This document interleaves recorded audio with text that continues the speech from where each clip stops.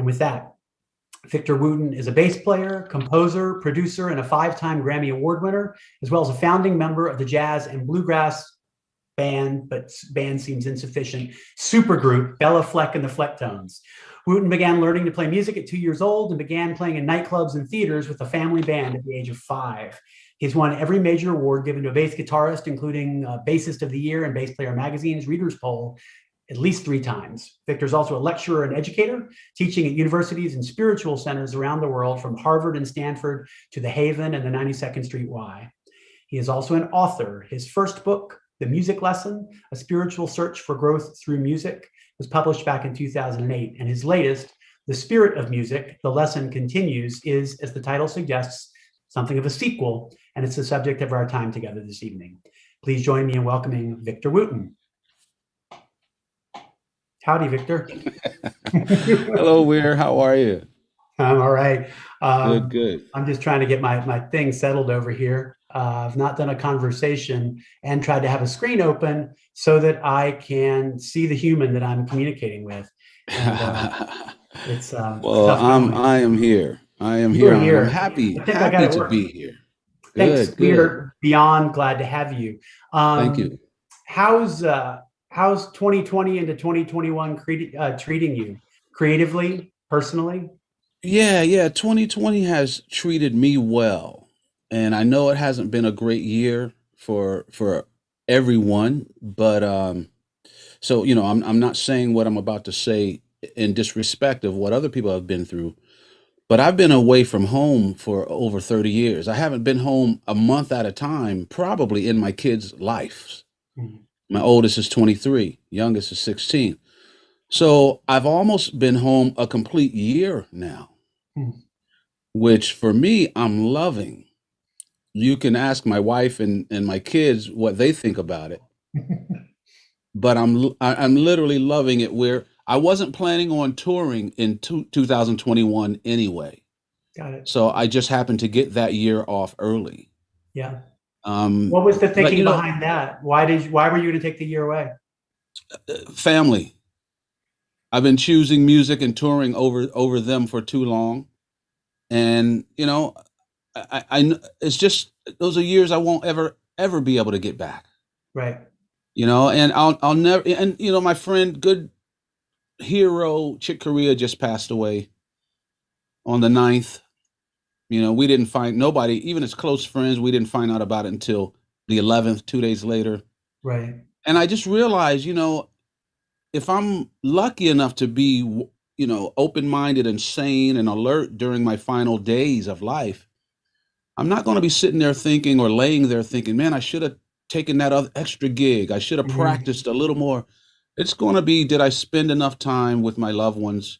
Did I tell them enough times that I love them? And, and my parents were pointing these things out to us when we were kids anyway. But now that I have 4 kids, I'm really paying attention to it. Also, I read something you wrote, or no, that you spoke and was transcribed probably, about not allowing the choices we make to define who we are, or to be defined by professions. So I wonder too, I'm not trying to put thoughts into your head, believe me, but not only a desire to be close to your family, but also a desire maybe to seize a little bit of control over the life that the instrument has given you, and the life that, that your career has given you in a way. Yeah. Where one of the things I was probably talking about when whoever it was, quoted me, was that a lot of us define ourselves by what we do. Right. And like I'm here in a music studio right now, so what I do is all around me. I've got bass guitars, acoustic guitars, recording gear, but I can put all of that down. But anytime when you put down what you do, when you just set it aside, there's something that's left, and that's us. Every joy, every problem, everything we see, everything we experience, we're there. Right. So that's the center of all of our whole lives. And many of us, when we put down what we do, it's when we realize we haven't really paid enough attention to the center of it all. So, and again, you'll probably hear me quote my parents throughout the whole evening. But our parents were, I'm the youngest of five boys, and our parents were pointing this out to us at a very early age. And it's really sunk in, but it's really now that I'm getting to experience what they were talking about. Having four kids of my own, having been married 26 years, I think, um, I realized what really special. And my kids don't, I don't know if they really care that I play the bass, because that's not really who I am to them. I'm dad, I'm husband, and I really realize now that that's who I need to be first, right? And solidify that person and then bring that to the bass or express that through the bass. The goodness of who we are should be expressed through what we do, Right. not the other way around. That's beautiful. I will just say, though, that if you're 26 years into your relationship with, is it Holly? Is that your wife's name? That's correct. Yes. If you're 26 years in, you can't be doing it all wrong. I mean, what's that? Hi. She's saying, "Oh no." That's what she's saying right now. Sorry, Holly, I hit the wrong button. You must have found some balance in that time. Give yourself some credit for being your authentic self when you are there. I appreciate that, but more than giving me credit, I give her credit. I give Holly credit, as well as my manager Danette, because when I'm going on tour, hopefully making the rest of the world happy, doing what I love to do. I know how fortunate I am to get to do this, but Holly's at home taking care of everything at home. The kids, I know the kids are fine. I know the car insurance is paid. I know that the kids have food, the dog is fed. So I really just get to be creative because of her keeping balance on this side. My business side is my manager, Danette. So balance isn't kept by yourself, right? What balance is two opposing sides coming together. And so I can't take credit. I can take credit for my part of it, but I can't take credit for all of it. And I'll never try. But, having these wonderful people around me is what helps keep me balanced. It sounds like you're a living example of that notion that a lover can be the guardian of your solitude, the person who protects that space for you to be your truest self.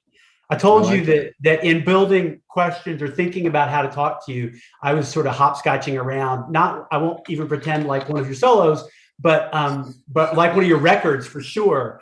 Oh my Lord, it's like a pachinko machine for my musical heart.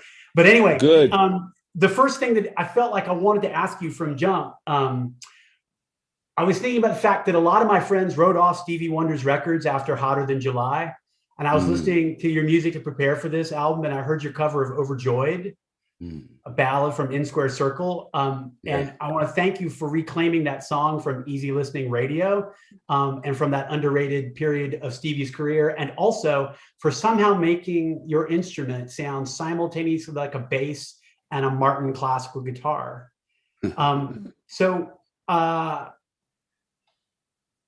I now have to turn that into a question, which is the palette of the bass. Like, the thing that was so striking was how many instruments you evoked with one instrument and how many pieces of that arrangement you were able to sort of synthesize through that instrument. I appreciate it. And it's beautiful recording. Are you ever frustrated by things that you wish you could do through it as you're hearing a song, or are you, well, I'll just stop there. How do you feel in your relationship to what you know about a song that you're trying to reinterpret through the bass? Sure. Yeah, of course. You don't live a human life and not get frustrated. So of course I get frustrated, but it's not the bass's fault. It's not music's fault. I know if I'm frustrated, what's the first word? I'm frustrated. It's me. Yeah. And I'm smart enough to realize that. And so that realization helps me grow. Right now, it may mean that I grow by fixing the bass, changing the strings, or whatever. But fortunately, my brothers and I grew up poor, so our instruments weren't the best at all. Right. So we understood right away that we were making music, not the instrument. So now we know how to make music on anything. We did a radio show. No, I'll tell a different story. I did a rehearsal with my brothers. We don't get to play together as much as possible, as much as we used to. But we got together at my brother Joseph's house. Joseph is the next to the youngest. I'm the youngest. He's next to me. He's 3 years older than me. He's a keyboard player. Joseph has been playing keyboards with the Steve Miller Band since 1993. So if you've seen Steve Miller's band live, you've probably seen my brother Joseph. But we were rehearsing at his house, and our rehearsals are more jam sessions and just talking about what we're going to do and letting it unfold on stage. But we were there a couple of hours. A lot of it's telling stories and, laughing. And we're packing up to go when it hit me that Roy, also known as Future Man, he's the drummer, the crazy drummer with Bela Fleck. Right. It hit me after 2 or 3 hours that Roy had literally done the whole rehearsal on a cardboard box. I wish I had one here like it. It was literally a cardboard box. And no exaggeration, just a cardboard box. And he did the whole rehearsal. But the thing is, I didn't realize it. Right. Because the music was there. It wasn't an instrument he was playing. He was playing music. Yeah. The instrument just happened to be a box. And I was literally had my bass slung over my shoulder, my bag ready to go when it hit me. And I just burst out laughing, But to me, that's how you play music. You play music, not an instrument, right? Or you play music through an instrument. And it was in the early 90s and then the early 2000s when I started teaching first. And then my wife and I started running our own music camps. And it was talking these crazy things. Don't play a bass. Who wants to hear a bass? We want to hear you. Like when you talk, no one says, "Hey, what mouth are you using?" No one tells you to practice your mouth, right? And we don't say, "Hey, what language is that?" "Oh, I speak mouth. I speak lips." No, we're playing music. And in talking about that and then actually finding ways of teaching it, that was what people were saying, "I like this. This needs to be in a book." And I was like, I'm not writing a book, something I have to defend or own up to, and I don't want a Wooten method. I don't want to tell anyone how to play. I like to point people in directions. But when I realized I could write a story, and let's just say it's fiction. Let's start from the standpoint that none of this is true. Already we relax. And now it's just like Star Wars or anything like that. We don't really have to argue over whether Yoda's real. Then I could put the information in there, make up a fictional story, and I can get away with calling it fiction, where the story may be, but the lessons are true. And that's kind of how it happened. Well, it also removes the burden of being authoritative, right? Of having all the answers. It makes it more subjective and more personal, and that feels aligned with how you play. I loved it. I feel like you answered my question by saying about not being able to hear things that you want to hear, by saying who cares about what you can't hear, focus on what you are, like only be present with what you are hearing, right? And you were only hearing his box, right? And that's what you showed up and made music with, right? And yes, so you weren't even aware, like you weren't present for that. And it probably wouldn't be very effective as an improviser. You go ahead.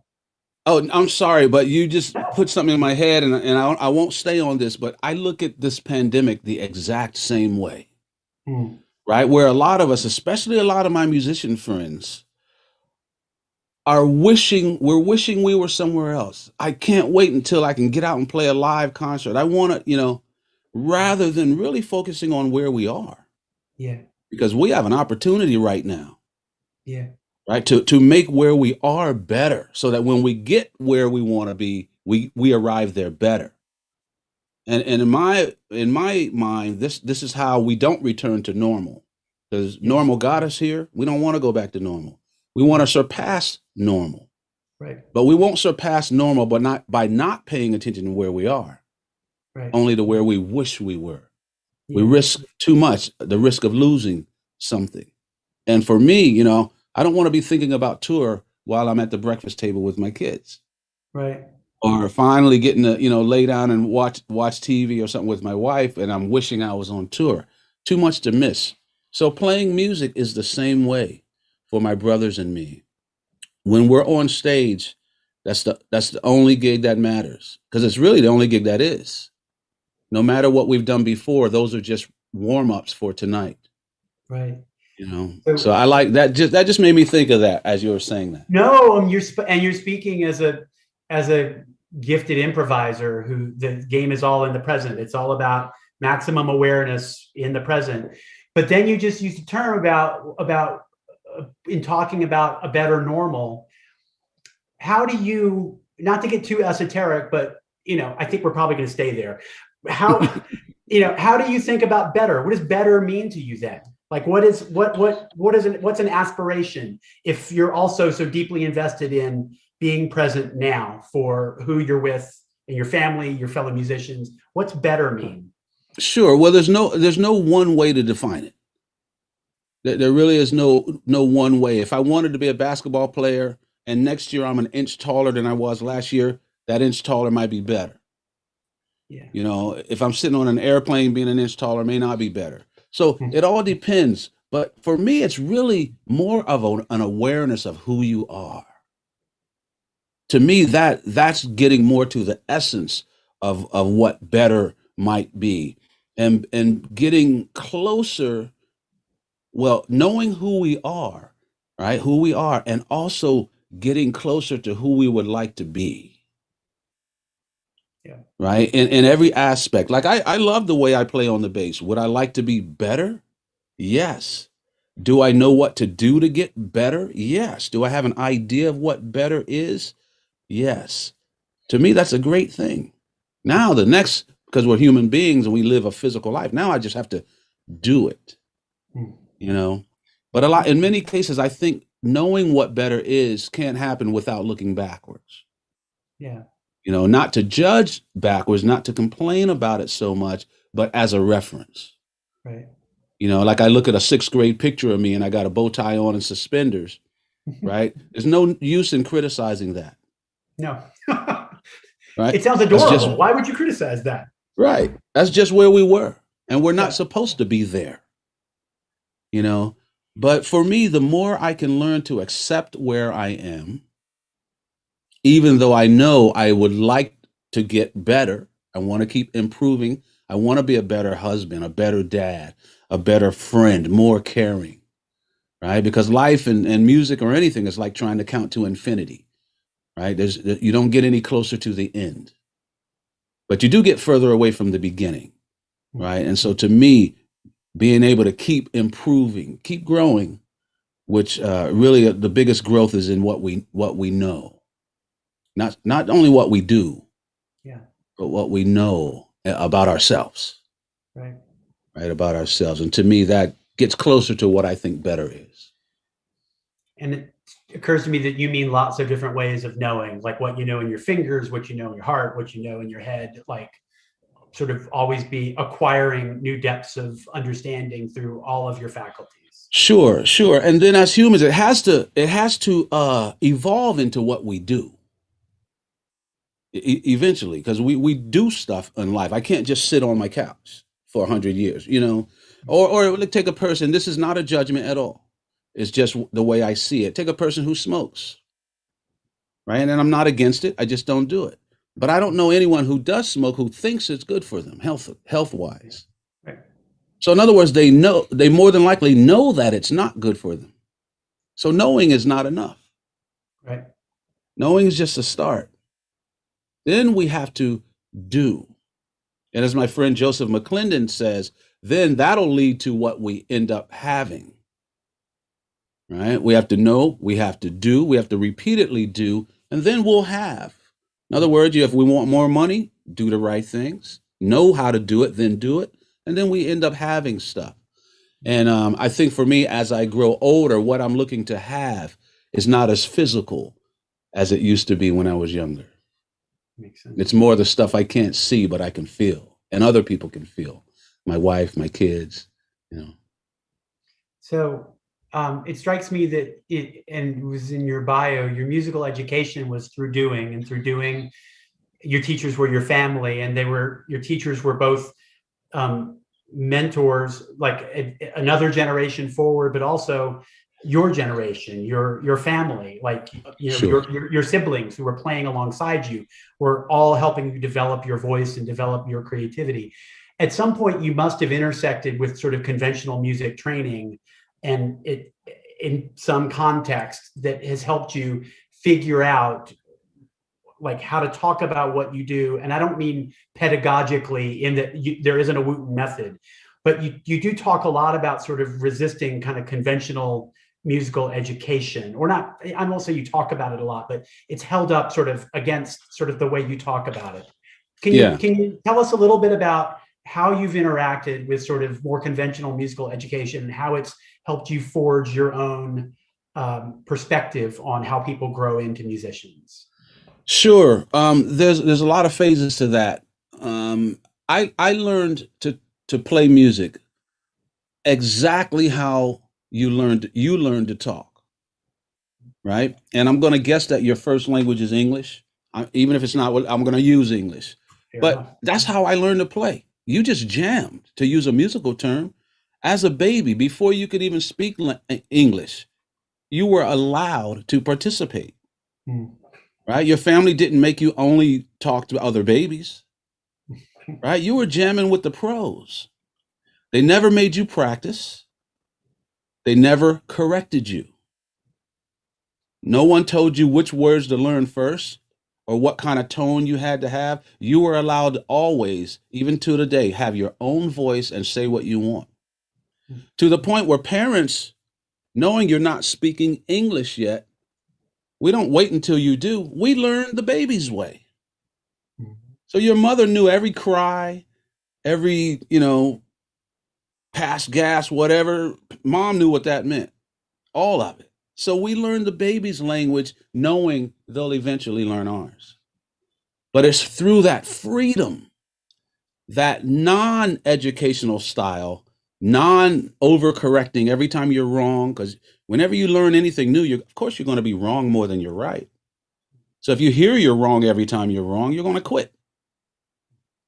So believe it or not, I literally learned music the same way, and practically at the same time. I was learning to speak English, learning to speak music. And I say I learned at 2 years old just because that's the earliest I can remember. But when my mom had a thing that when a baby can sit up by themselves, at whatever, a little before 1 year old, whenever a baby can sit up by themselves, she potty trains them. So Reggie and Roy, future man, Reggie and Roy are less than a year apart. But when Roy was born, Reggie was potty trained. 13 months later, Rudy's born. When Rudy's born, Roy and Reggie are potty trained. So that was my mom's method. My brother's method, if I can sit up by myself, put a little toy guitar right next to me, and they start jamming. Every little kid wants to be like their older siblings. That little toy, no one had to tell me it was for me. I would just pick it up and finally start bouncing around. And then, like you don't really so much teach a kid what word to say next. I just kind of evolved in it. And I can remember when Reggie started teaching me where to put my finger to produce the sound I already knew. I already knew what the sound was. Now put your finger here to do it.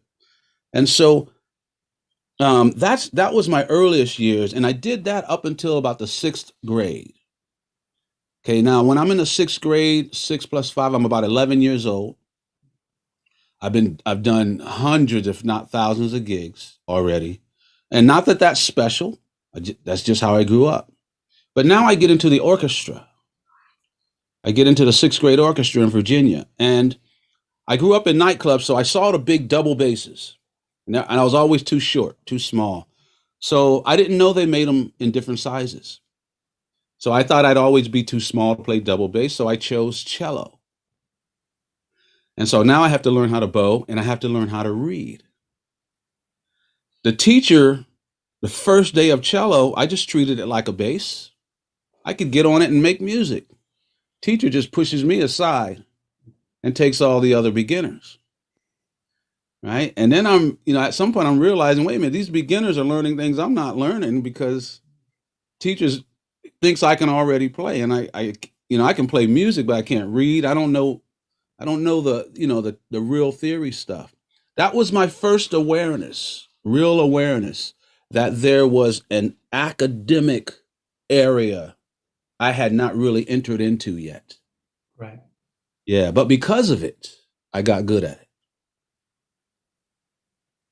Well, certainly, yeah. You're the guy who curates our chamber music series, is a cellist who was trained by a violinist, Mm, and anyone who hears his playing hears him use the instrument in ways that many other cellists don't, because he learned he was sort of learned across the instrument rather than learning sort of straight up the heart of it.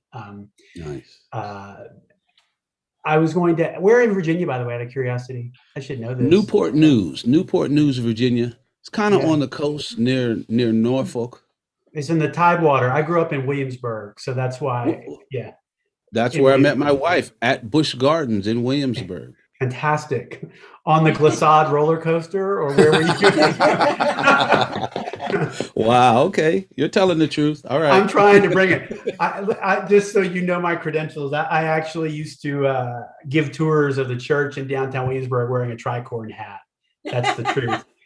But this isn't about me. This is about you. And one of my next question. Wow. So, how can you talk a little bit about the connection between your musical practice and your love of nature, and how that gets synthesized into a camp that blends those two things, and Sure. into your voice? Sure. Well, again, I've just been playing my whole life, so it's like speaking English. You don't have to think about it. It just happens. Um, so in my playing music, it I never thought I was going to grow up and be a musician. So I had so many other interests, but it wasn't until early '90s, I think. Yeah, it had to be around 1990 when one of my uncles told my brother about a book called The Tracker by a nature guy named Tom Brown Jr. out of New Jersey. And my brother, was hearing about this book, and he said, "This sounds like something Victor would like." So Reggie told me about the book. And really, just about anything that's cool that I do, it came from Reggie or one of my other brothers, right? I'm not original.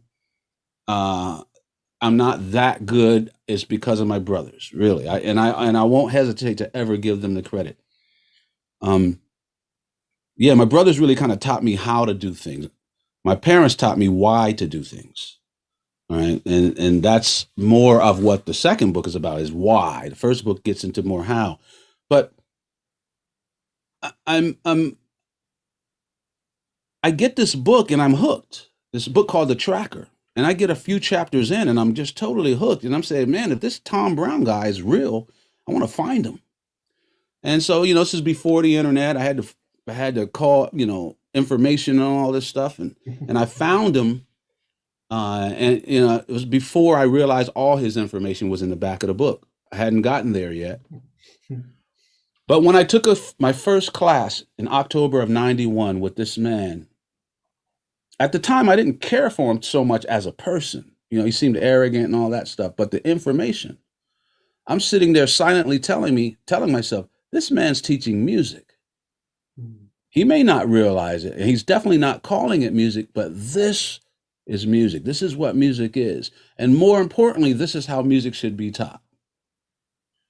Where he would tell us something, ask us a ton of questions. If you asked him a question, he would ask you a question back, which would make you draw out the answer to your original question. But then we'd go outside and do stuff. It wasn't let's lock ourselves in a room for hours and practice. Let's get out and do it. Mhm. But a part of my brain, we're just opened up to a new way of looking at life, and especially music. And I remember it dawned on me. I can't remember where it was or what year, but it hit me. Hey, when we find someone that's good at anything, whether it's music, whether it's chess, whatever, basketball, what do we call that person who's better than they should be at that early? We call them a natural. Mm. So I'm like, what does natural mean? I look it up in the dictionary and it says to be like nature. So we're all trying to be like nature. Hmm. But even in the dictionary, you look up the word natural, it also says without sharps and without flats. Hmm. So even the dictionary's making that connection. Hmm. And my brain goes, poof, nature is the key, Hmm. right? So, which is totally backwards than what we tell musicians. You got to get in a room and spend hours practicing the violin, practicing your theory. You don't become natural in a room. Wow. And again, that's how we learn to talk. So I wanted other people to realize this. I started taking Tom's exercises and turning them into musical exercises and found out they worked. And then I was on tour a lot, doing a duo bass thing with a good friend of mine named Steve Bailey. And at this time during the 90s, we're touring together at clinics, just teaching and playing duo bass songs. And I'm experimenting on him. I've got him outside eating trees, tree bark, pine needles, and saying, Steve, try this. When you play this, think about that and see just trying all this stuff, which eventually turned into a music camp, which Steve has been teaching at since the very first one in 2000. Now Steve Bailey runs the music department. I'm sorry, not quite. He runs the bass department at the Berklee College of Music. Oh, wow. And I heard him say it at a meeting there, at a class there. He says he wouldn't have that job if it wasn't for, basically, it's an exercise that we do at every camp. And it's a blindfolded exercise where you're following blindfolded a piece of string through the woods. Oh, wow. No, it doesn't make sense. Hmm. But the best things in life don't. Right? But he credits that particular exercise for him sitting in this job. And I'm not taking credit. That piece of string and what it did to his opening up his mind changed his life that day. And I wanted to share this stuff with people. And so I started my own camp. I should say we started our own camp. I promise we'll swivel over to the book in just a second. But it occurred to me in reading through the book that you've got two audiences. Your audience consists of people who identify as musicians and maybe people who don't, but who identify as music lovers or music curious or something. But similarly, I wonder if you have thoughts about that you could share.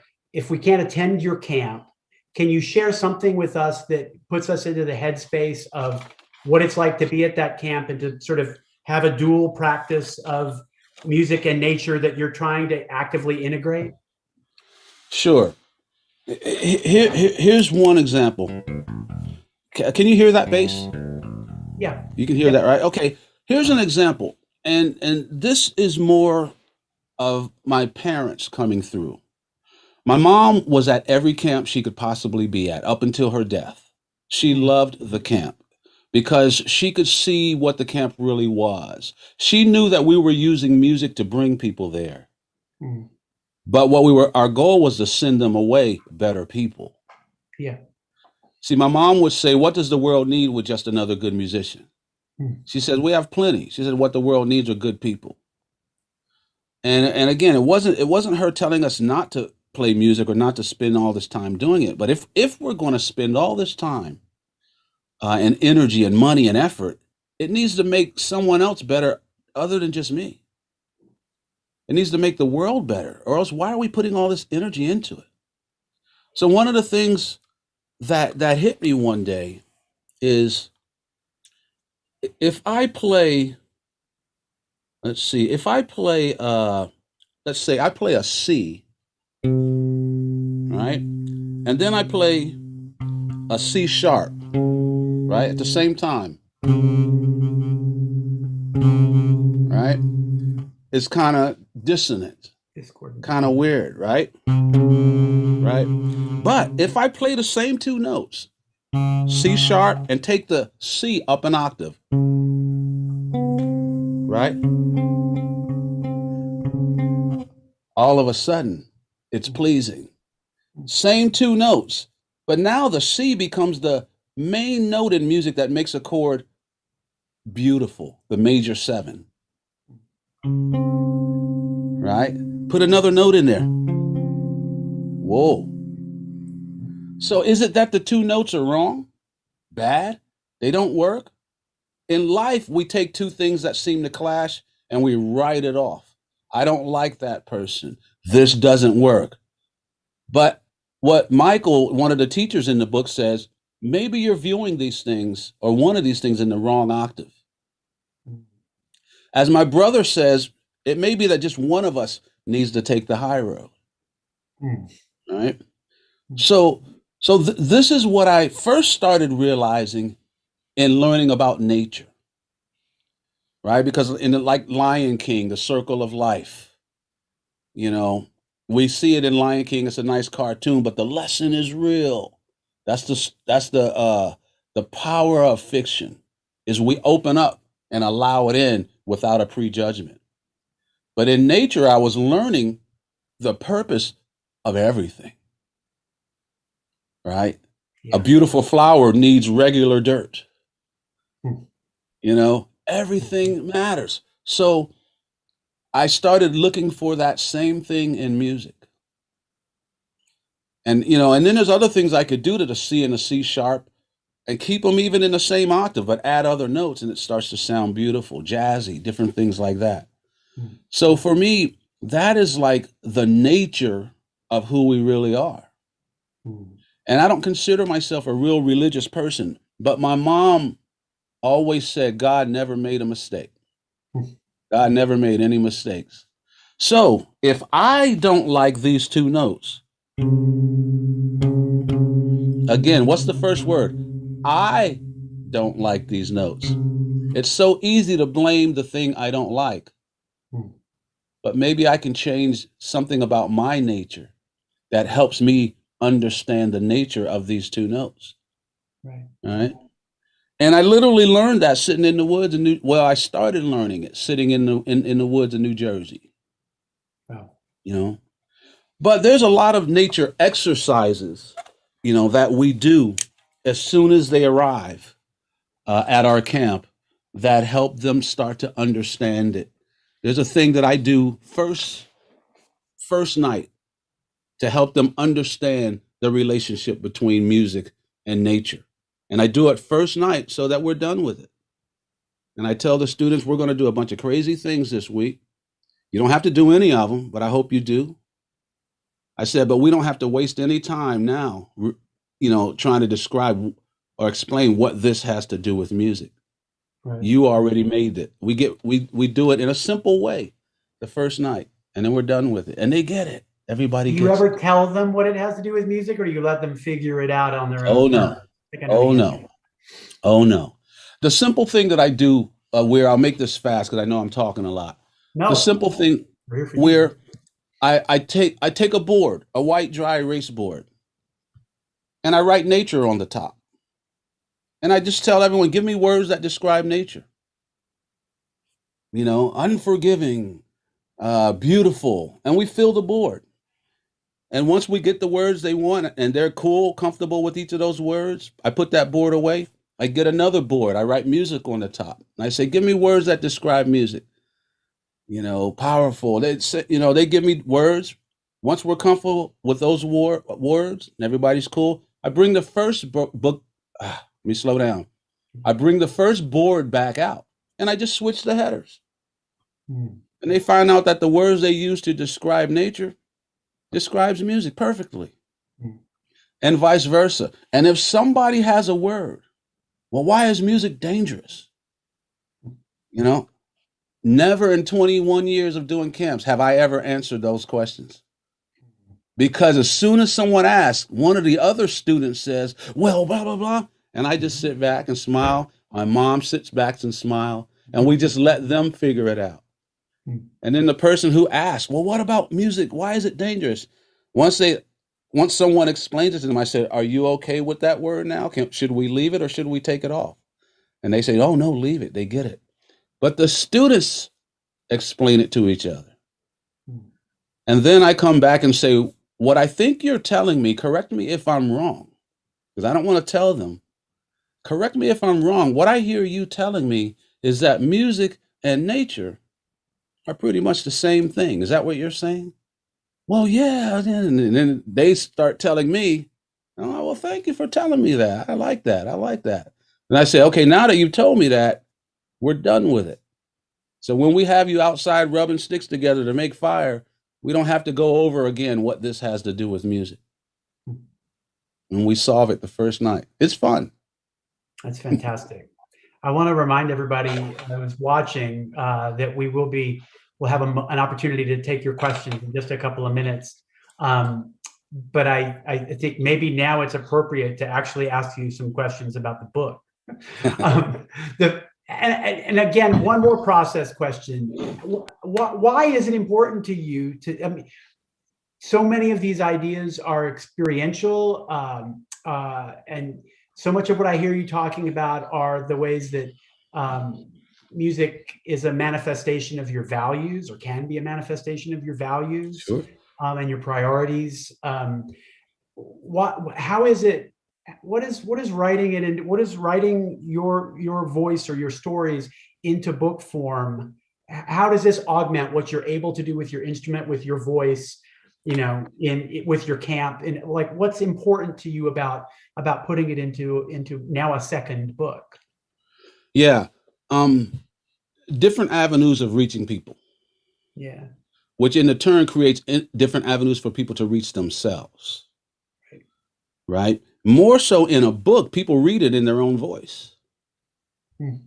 They might listen to my song in my voice. Right? But reading in a book, also a song nowadays is supposed to be 3.5 minutes long. Not a long time to be able to say what you want. But a book, people can read on their own time. And you have a chance to stick with that person a little bit longer. In other words, also, someone might read my book, but not like my music. But they might read the book anyway. So it's just another way of reaching people. And again, it also puts things in a way that it can help that person reach themselves, because they'll think about it. Right? Sometimes we listen to songs, we love the groove, and don't really pay attention to the lyrics of what it's really saying. Right. But in a book form, it's all about the written word and what it means and what it says, without the music there. So it can be more potent. Well, right? Music can be a sneaky way of getting the message across, because you can describe it in the groove. And yeah, so that's one of the reasons why. But you're reminding me, sadly, of the sort of many compromises we encounter in the culture around music right now. Even the album format is essentially gone to us. People are expected to take things in as in the smallest digestible form, the song form, right? And so if you want to engage with somebody in a longer argument, you're right, that people have different expectations of music in that way right now. Yes. What can we do to try to rebuild the stamina, or the attention, or the patience, or the generosity required to appreciate more than 3.5? Well, I'm not a salesman, but I will say that's what this. I was supposed to do that for you by now. Well, you opened it. Perfect segue. But what you're asking and what you're mentioning, that's what this book is about. But instead of telling people you need to do this, you need to do that, here's what the problem is. I wrote a story. Yeah. Really quickly, here's what I hear you saying, because we're old, right? I read something. Just yesterday, someone sent me a text that says, "Isn't it weird when you look at your age and it's the same age as old people," or something like that? It's like we're old. But that means we have experience, right? Good, and you can't download experience. There's no app for it, But if we think about this, and in the beginning of the book, The Spirit of Music, in the beginning, I lay this out. This is before the story starts. I want to point out an issue. I'm not going to call it a problem, an issue. And more than making statements, I raise questions about this issue. And I'm going to do this fast. Yeah. A great man named Daniel Levitin, who wrote a wonderful book called This Is Your Brain on Music. His new book is called The Aging. Great. Aging. Say it again. Successful Aging. Successful Aging is his new book about, he interviewed the Dalai Lama and a bunch of elderly people who are just doing great. And the book helps us do that. He helped me come up with this ratio that I'm about to tell you. If we look at live music as 12 inches, a foot, right? We can maybe, let's just say vinyl is 8 inches. Vinyl record. We used to record vinyl on 2-inch tape, analog. A CD, MP3s, now we're in the digital realm, 6 inches. Okay? An MP3, which is a lot of time what we download or whatever, is about 1/10 the size of a waveform. So a CD being six inches, we're down now to a 1/2 inch, 0.6. Wow. Put that through, I don't have them here, tiny earbuds or computer speakers, we may be down to 1/4 inch. So I know you've got kids, I've got kids, our kids are growing up thinking that this 1/4 inch is normal. Right. This is what's normal to them, right? When we were kids, we bought a record, we listened to it as a group of people. Right. We passed around the album credits, and we didn't just listen to our favorite songs, we listened from beginning to end. Right. We got the creator's complete vision, including the front and back cover and what they wrote about. And the gatefold, like all of it. Oh, if it opened up, wow, wasn't that a gift? Isaac Hayes' Black Messiah becomes a cross. I mean, that's the package of all time. But at any rate, you're right. Wow. All of this, like the physical scale gave you all the space to move with it. And now it's reduced to an individual experience, right? It's not about the artist's vision. It's about, let me listen to the songs I like out of order and think I've heard the whole album. But at the same time, this is one of the things I point out to people, because in both books, music is saying, I need to be felt. People don't feel me anymore, right? Music says I have a more intimate relationship with computers than I do humans. And so when I start this new book, I say, we need to listen. We need to hear. And I say in the book, I say, I know you say, well, I can hear. I do hear. But here's the thing many of us haven't realized. There is less music to hear these days. Now, I don't mean there's less songs. I'm not saying there's less musicians. But as I just showed that where we've gone from a foot to 1/4 inch in our lifetime, all the music we hear, all the music our kids are hearing on the radio, everything is pitch corrected. Meaning they've corrected every pitch. So we're not receiving all the pitches anymore. Everything is what we call quantized, meaning if it's a messed up rhythm, they fix it, digitally fix every rhythm. We're not receiving all the rhythms. Everything is compressed. That's why there's very little dynamics on the radio. Everything is compressed to sound just loud. So we're not getting the space, the dynamics of music, right? So we're not getting the frequencies. We're at 1/4 inch, not getting the pitches, the rhythms, the dynamics. So the question I raise in the beginning is, if a human body gets cancer or some illness, we know that the whole body doesn't have to have the illness for the whole body to die. Just one part of the body has to have it enough for the whole body to die. So how much of music has to get sick for all of music to die? And so I paint a fictitious story, but asking real questions. But in the music lesson, in the spirit of music, the sequel, music's dying, music disappearing from around the world. Literally, people will pull out a sheet of music and measures will just be erased. Concerts, festivals are supposed to happen, and they don't. People open up their mouths to sing, and nothing comes out. right? So let's call it fiction if that's what it takes to get us to listen. Hmm. But I'll give this part of the book away. In this book, I'm calling on you, everyone out there, to join the team, to do something about it. And it starts by listening, feeling, and expressing real music. And isn't it just so timely that we're in a pandemic and we can't go hear live music? Hmm. It was almost like I planned it.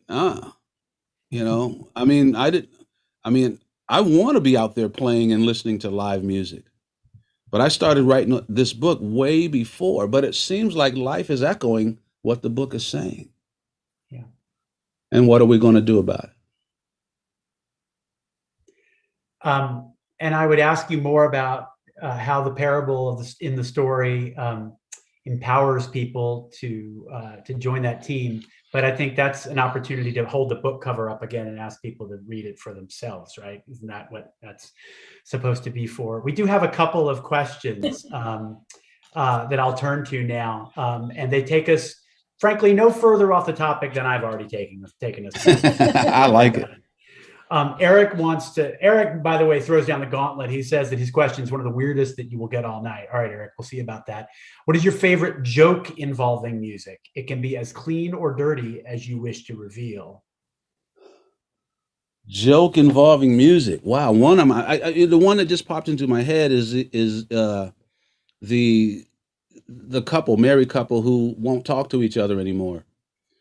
And so they go to the counselor, and they walk in one day, and there's a table there with wine and a stage, and a band comes out to play, and the couple's still not talking. But then the bass player starts to take a solo, and the couple turns and starts talking. So, because people always talk through bass solos. Sure. Yeah. I didn't tell that one really well, but no, I got it though. I was with you. I was reading questions and I took my eye off the ball, and suddenly that's one mirror for you. That's one that comes to mind. Marion has a similarly. I'm going to say, Eric, that Marion's question is giving you a run for its money. Marion wants to know what your favorite sport is. Soccer. Yeah. European football. That's my favorite sport to play. But I love to watch other sports too. I love to watch a good soccer game, but I also love to watch a good basketball game. But I'd have to say soccer. Fair enough. Very collaborative sport too, highly improvisational. Yeah. So, about kind of abstract preparation and then kind of going in the moment. You're not running scripted plays every 5 seconds, right? You got to follow the ball. So using that. Okay, on a soccer field, 22 people, 22 players, not including the referee, 22 players on the field. Only one person has the ball at a time. Mm-hmm. So what's the other 21 doing? Mm-hmm. Are they resting? Are they taking up space? Right. So this is how I teach how not to play in music. In other words, if I write a piece of music and I don't want you to play, I don't leave the measures empty. I write something that says play this, which is space. Mm. So sports is a good way to realize that when you don't have the ball, you're still attentive. You don't tune out, you tune in. Mm. Where a lot of times in jazz, the trumpet player's taking that smoking solo, and the trumpet player's smoking because the drummer, the bass player, we're all behind giving you energy, right? But then the trumpet player finishes the solo and walks off the stage. I hate that. I'm like, you're not done just because you're not playing trumpet. Get back here and support me. Give some energy. Exactly. Yeah. Exactly. And so sports is an analogy that I use all the time to get people to keep playing, even though you're not playing notes. You're still putting out energy. And as my brother Roy once says, you tune in, not out. Yep. Marion has a follow-up that isn't really a follow-up so much as yet another digression. He wants to know where your favorite place to play might be or is? What's your favorite place to play music? Wherever I am that night, that day, literally. I don't want to be on stage in a second grade class auditorium wishing I was somewhere else. Mm. It's literally, and I'm not trying to be cool or clever. I'm really No, being I hear you. honest. It's wherever I am. I make that my favorite place because that's really the only place that exists at that moment. Yeah. Now I can go back and think of some gigs that stood out, in other countries or whatever, where the music brought us we didn't speak the same language, didn't vote for the same people, maybe prayed to different God. Nobody cared once the music started. Mm-hmm. And that's the power of music. That's why I want to be really good at it because it brings people together, right? It's not like sports where someone's going to lose, right? In Yeah. music, we all win. Right? All the instruments are, what's that? I was just going to say transcending.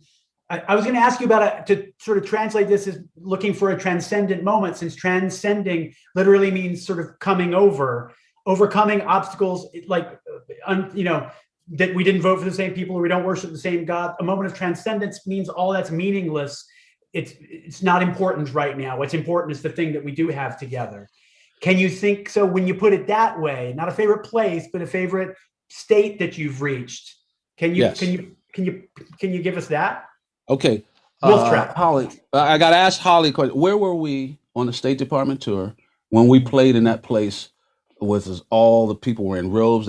Outdoor place. They didn't know whether, like, they had 2,000 people in the tribe, but they were Indonesia, Yeah. somewhere out in outback somewhere, right? Yeah. So Wherever the big tsunami was. wherever there was a big tsunami in Indonesia a few years back, the Flecktones in the 90s, mid 90s, were on a State Department tour, sort of like a USO tour, but we're not playing for troops.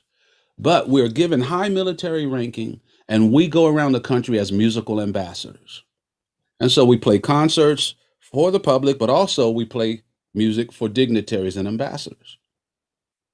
We went to 7 Asian countries, and we're somewhere way out in the hills of Indonesia, and we're playing for an outdoor tribe that had apparently had never had a concert there before, live concert.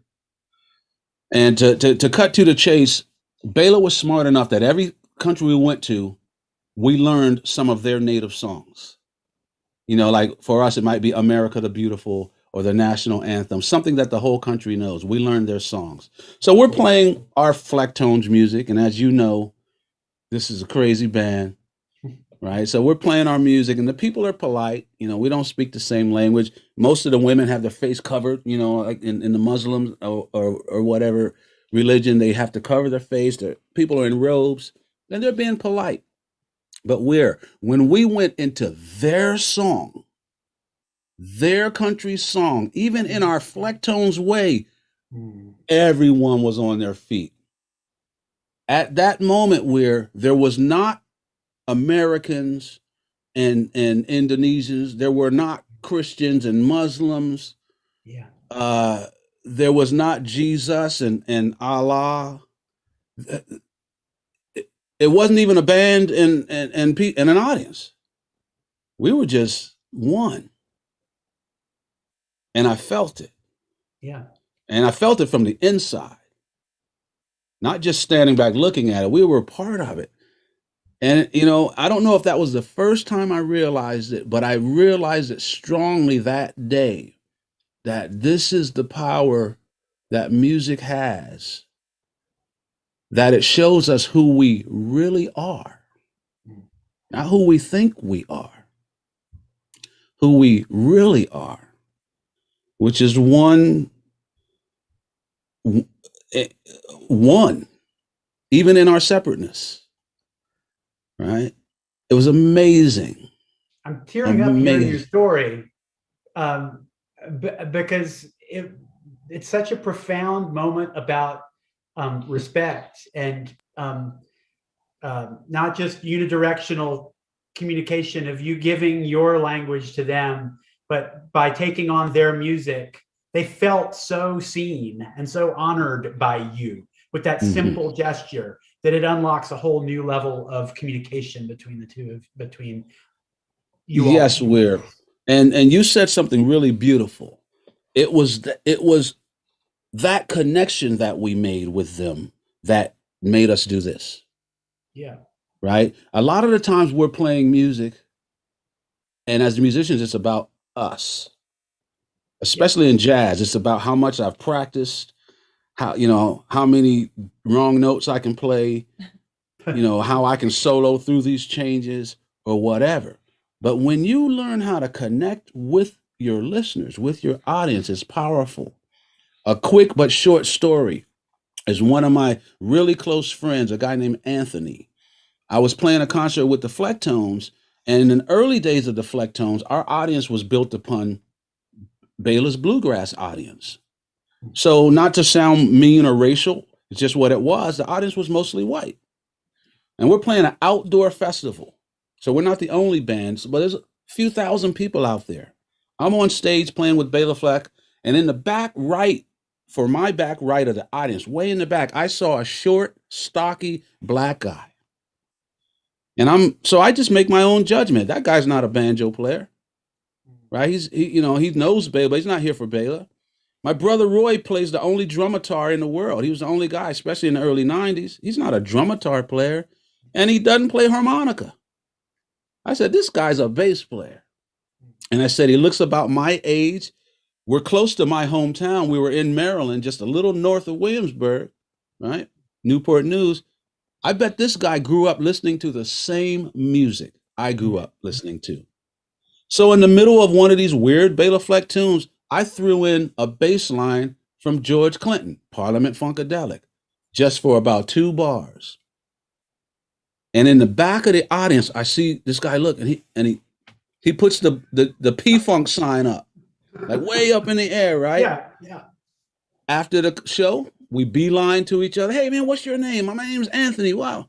We've been friends ever since. Good friends ever since. But that was using music to connect. Yeah. Right? Now, anyone who's looking at that, if I say, hey, watch this guy, and all of a sudden I get his attention, blah, blah, blah, it's like, how did you do that magic trick? Once you know the secret to the magic trick is easy. Yeah. Right? But now, and this was in my experimenting times. I'm learning stuff from Tom Brown, and I'm realizing music is meant to communicate. But if I know this guy's name and I call your name Weir, if you're the only Weir in the audience, you're going to be the only one that turns. Well, if music is really a language, can I do that musically? Right? And that's what we learned to do. We did it with every country we went to with the Flecktones.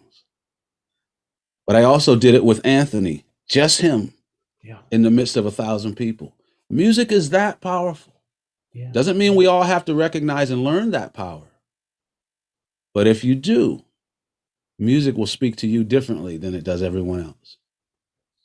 That's a beautiful closing line, but I'm still going to ask you 2 extremely quick final questions. Is that all right? Yes.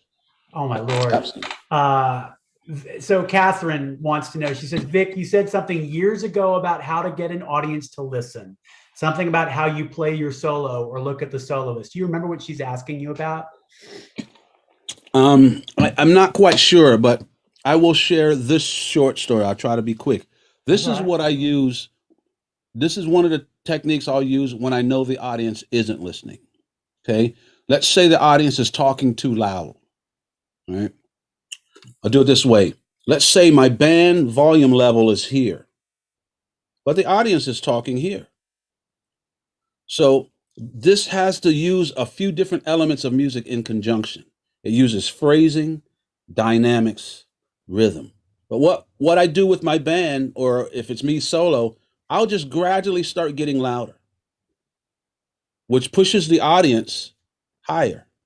And then at the right time, has to be at the right time, I drop. And now where we were only this far apart in volume, now we're this far apart. And they will notice how loud they are. They will quiet themselves. They will come here. Now I can play. Right? So for me, that's a better way than just getting on the mic and saying, hey, would you all please be quiet? I'm trying to play. It's a polite way because they quiet themselves. And if they don't, the person next to them will, right? Nothing works 100% of the time, Yeah. but it works most of the time. And it's really, really fun at that point. And some nights you're hoping the audience is noisy just so you can try it, just so you try can to do pick. it. Yeah. I did a tour where it was in the 20th year of our camp. I did a 2-week tour where I took students, faculty, and my brothers. And we did a 2-week tour, and we got a chance to use this stuff on stage. This is the stuff we've been talking about for years, and it was people who would keep coming back to our camp.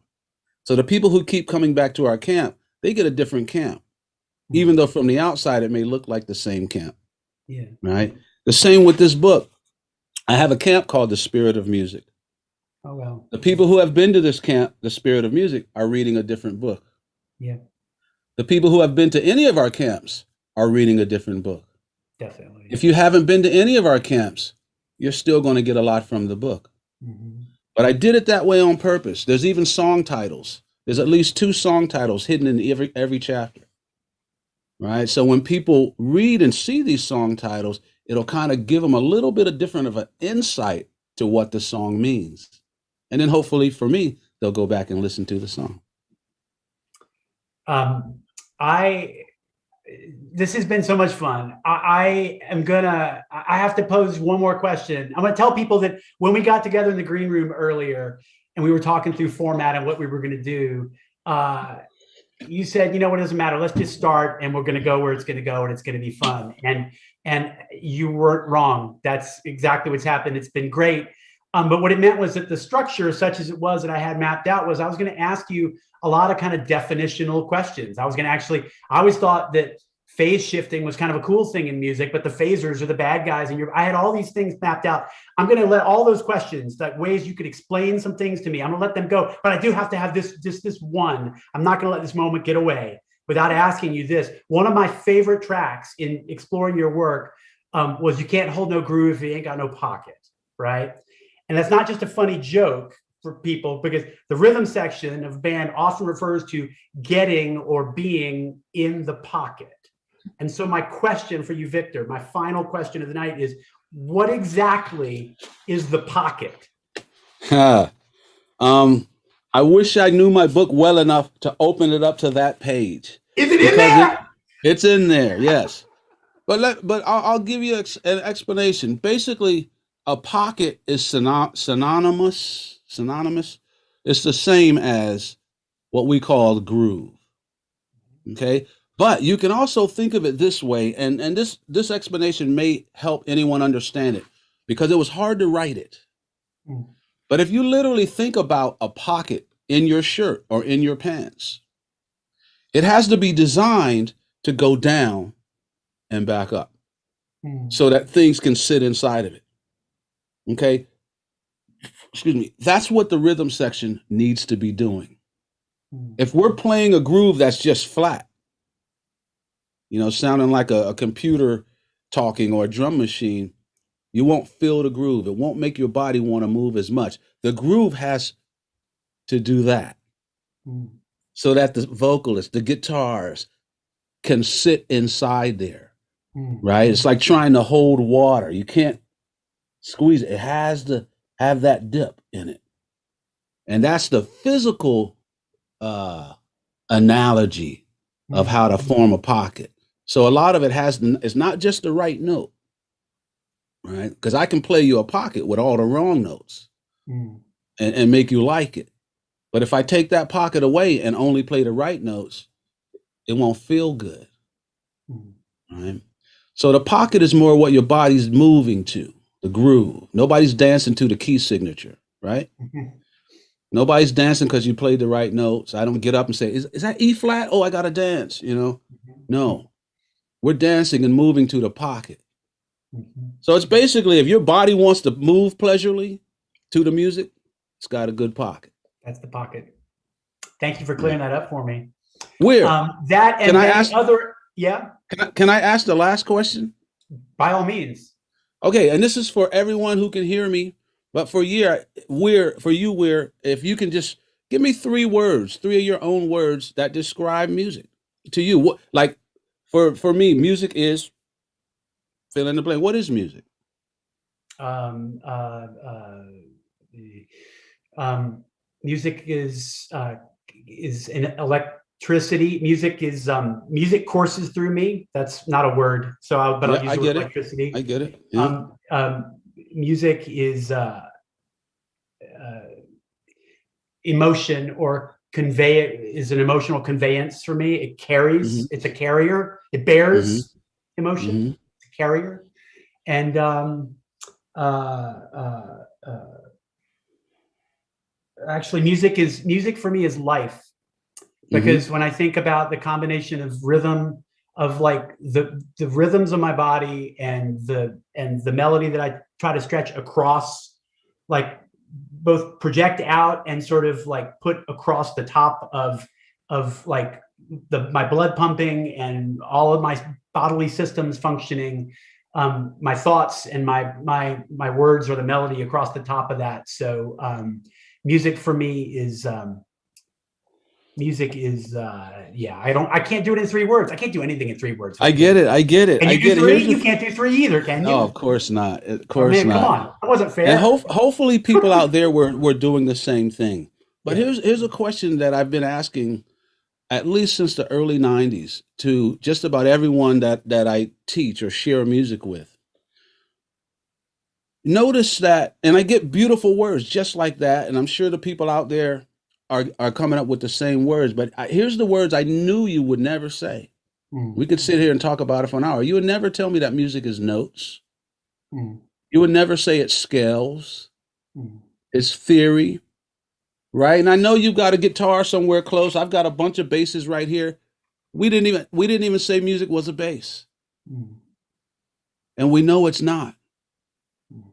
So why do we think of those things when it's time to play?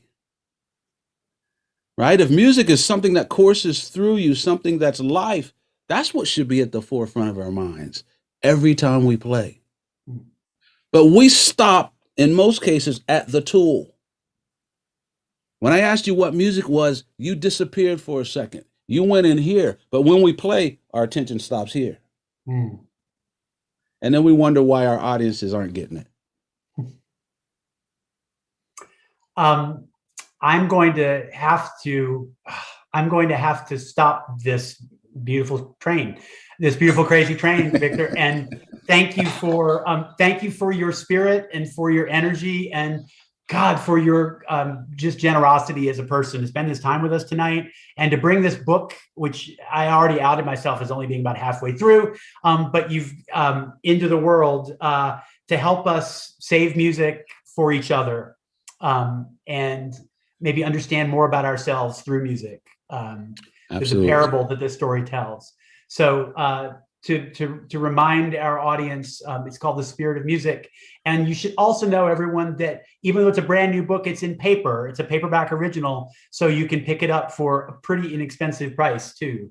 And our good friends at LA Bay Book Company helped make tonight's event possible. So if you love Vic and you love what you heard tonight, you can buy that tonight off of our web portal.